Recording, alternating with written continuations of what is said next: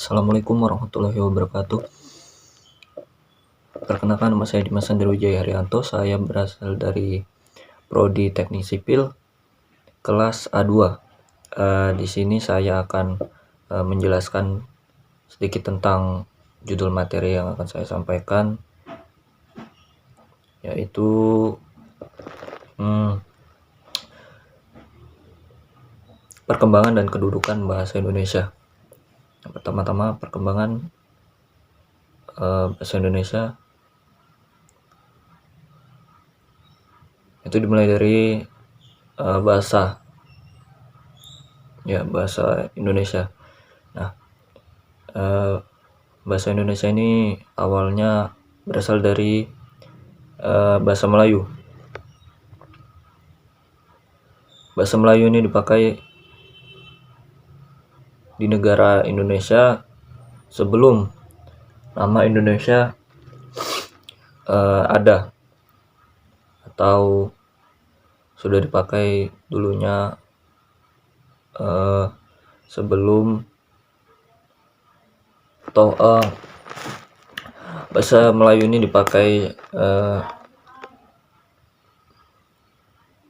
pada waktu Indonesia masih disebut Nusantara. Nah, bahasa Melayu ini dipakai sebagai bahasa sehari-hari ketika waktu itu. Terus kedudukan bahasa Indonesia ini adalah sebagai bahasa negara.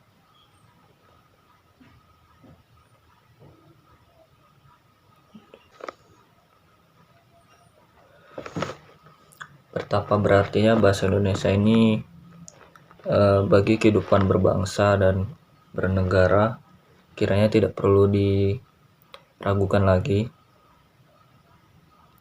karena masyarakat Indonesia dikenal dengan kemajemukannya.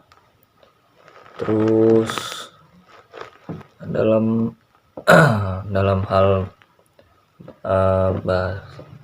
hal bahasa, suku, dan budaya, meletakkan ketergantungan mereka kepada bahasa Indonesia sebagai alat untuk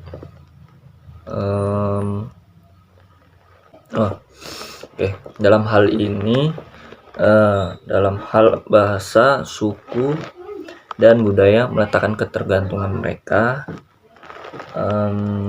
kepada bahasa Indonesia sebagai alat komunikasi, terus yang paling tepat di antara masyarakat Indonesia yang majemuk itu. Selain karena fungsinya sebagai lingua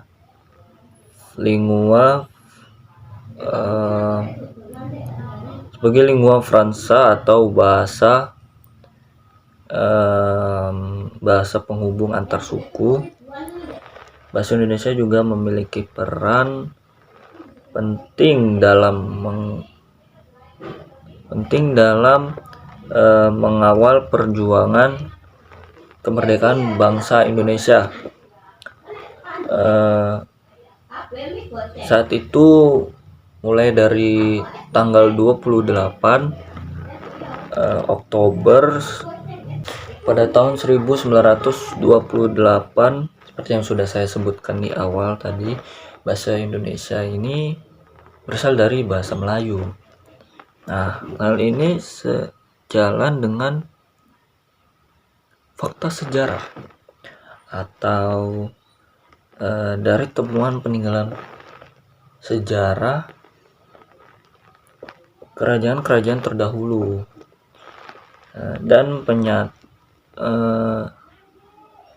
pernyataan resmi putusan seksi A butir 8 dalam Kongres Bahasa Indonesia dalam Kongres Bahasa Indonesia.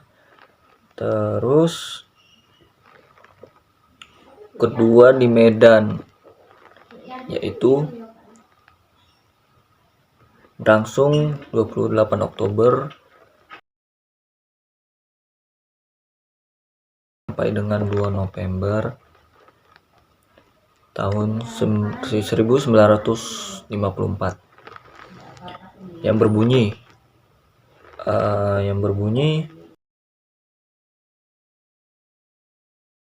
bahwa asal bahasa Indonesia ialah bahasa Melayu. Dasar bahasa Indonesia ialah bahasa Melayu yang disesuaikan dengan pertumbuhan dalam masyarakat Indonesia sekarang. Penggunaan bahasa Melayu di Indonesia telah lama dipakai. Bahkan sebelum adanya nama Indonesia dan masih sebutan Nusantara, seperti yang saya sebutkan di awal. Bahasa Melayu ini sudah lama dipakai untuk penghubung dan perniagaan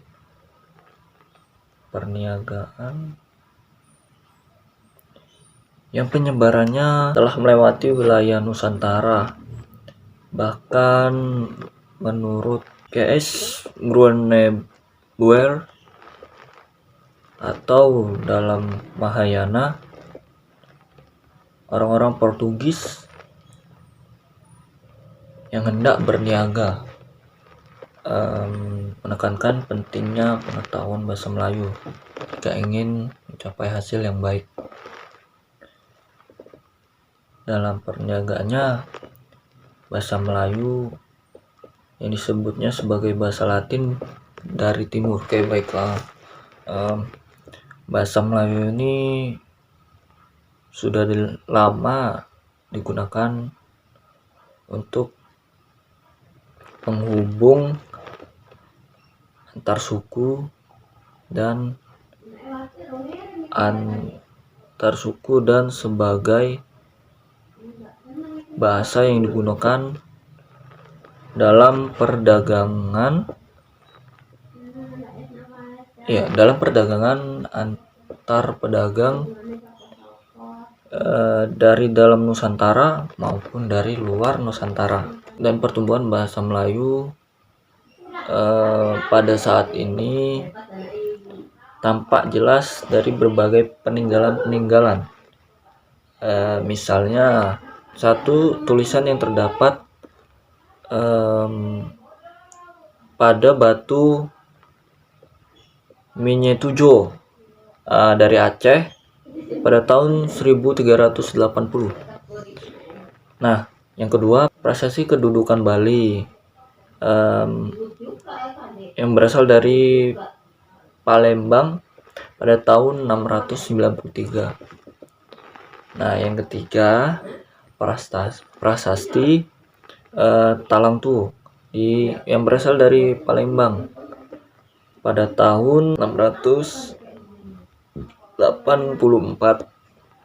Nah, yang keempat yaitu prasasti Kota Kapur di Bangka Barat pada tahun 686. Dan yang terakhir, yang kelima, yaitu prasasti Karangbrahi Bangku berasal dari Merangi, Jambi pada tahun 688. Baiklah, sampai di sini dulu penjelasan saya tentang judul materi, yaitu perkembangan dan kedudukan bahasa Indonesia. Ya, pastinya saya memiliki kekurangan atau penyampaian materi yang kurang detail. Saya mohon diberi maaf. Saya tutup dengan mengucapkan wabillahi taufiq walhidayah. Wassalamualaikum warahmatullahi wabarakatuh.